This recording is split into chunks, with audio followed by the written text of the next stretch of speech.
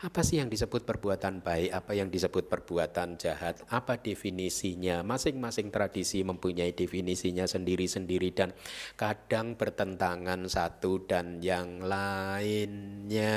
Oleh karena itu Buddha memberikan satu standar untuk mengerti, menilai apakah perbuatan yang kita lakukan itu adalah baik atau buruk. Buddha mengatakan, sesuatu dikatakan sebagai perbuatan baik kalau memenuhi dua syarat ini. Satu, tidak menyakiti atau melukai makhluk lain. Ya, dan juga tidak menyakiti atau melukai diri kita sendiri. Itu definisi perbuatan baik. Tidak melukai, menyakiti makhluk lain dan juga tidak menyakiti atau melukai diri kita sendiri. Oleh karena itu, perbuatan baik di dalam ajaran Buddha, Buddha menggunakan istilah itu kusala. Sering kita terjemahkan menjadi baik, perbuatan baik, karma baik. Tetapi sesungguhnya arti kusala itu adalah orang yang mahir. Perbuatan apa? Mahir artinya. Diberi contoh misalkan, seseorang yang pandai bermain gitar, itu adalah seorang yang kusala dalam bermain gitar. Jadi perbuatan baik itu sesungguhnya adalah perbuatan yang muncul dari kemahiran kita. Ya, kemahiran di dalam melatih. Seperti seorang pemain gitar, pada saat dia sudah menjadi pemain yang mahir, semuanya muncul dari latihan dia yang mungkin bertahun-tahun. Ya, dia mahir. Kalau kita dikatakan sebagai orang yang baik, maka sesungguhnya kita adalah orang yang mahir untuk melakukan sesuatu yang tidak menyakiti orang lain dan juga tidak menyakiti diri kita sendiri. Nah, itu standarnya. Perbuatan baik adalah apa? Perbuatan yang tidak menyakiti kedua belah pihak, mereka dan kita. Oleh karena itu definisi dari kusala tadi menurut ajaran Buddha ada 3. Perbuatan baik adalah perbuatan yang secara moral patut dipuji. Itu definisi yang pertama. Secara moral patut dipuji.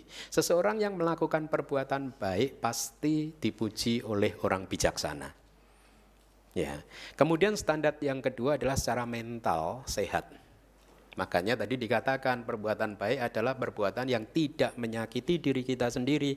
Karena pada saat Anda berbuat baik, sesungguhnya secara mental keadaan batin Anda berada dalam keadaan yang sehat. Dan yang ketiga sesuai dengan hukum karma, yaitu disebut sebagai perbuatan baik karena akan menghasilkan kebahagiaan. Jadi ini definisi perbuatan baik.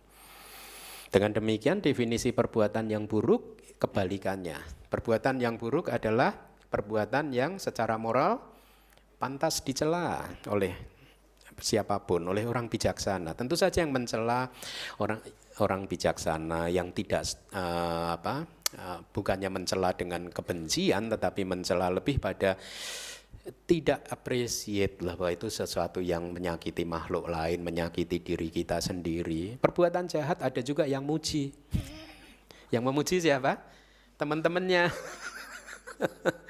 Ya, yang memuji adalah sesama orang yang jahat, sesama orang yang mempunyai hati yang masih kotor, belum bersih dan lain sebagainya. Nah, itu definisi perbuatan jahat, kebalikannya. Kemudian definisinya yang kedua adalah secara mental, secara batin tidak sehat. Tidak sehat. Apapun itu perbuatan jahat, apapun itu kekotoran batin, selalu saja membuat batin kita tidak sehat. Baik itu nafsu-nafsu Anda, mengikuti nafsu-nafsu keinginan Anda, nafsu apapun, nafsu indrawi, nafsu untuk memuaskan Anda, memuaskan tubuh Anda, untuk memuaskan batin Anda. Anda berpikir bahwa itu mungkin adalah perbuatan baik. Tetapi menurut definisi ini, nafsu-nafsu tersebut adalah hal yang tidak baik. Kenapa? Karena membuat batin Anda tidak sehat. Batin Anda tertekan oleh nafsu-nafsu Anda. Nafsu-nafsu Anda menghancurkan ketenangan, kedamaian, dan kebahagiaan Anda. Dan definisi yang ketiga adalah perbuatan yang tidak baik adalah perbuatan yang akan menghasilkan penderitaan.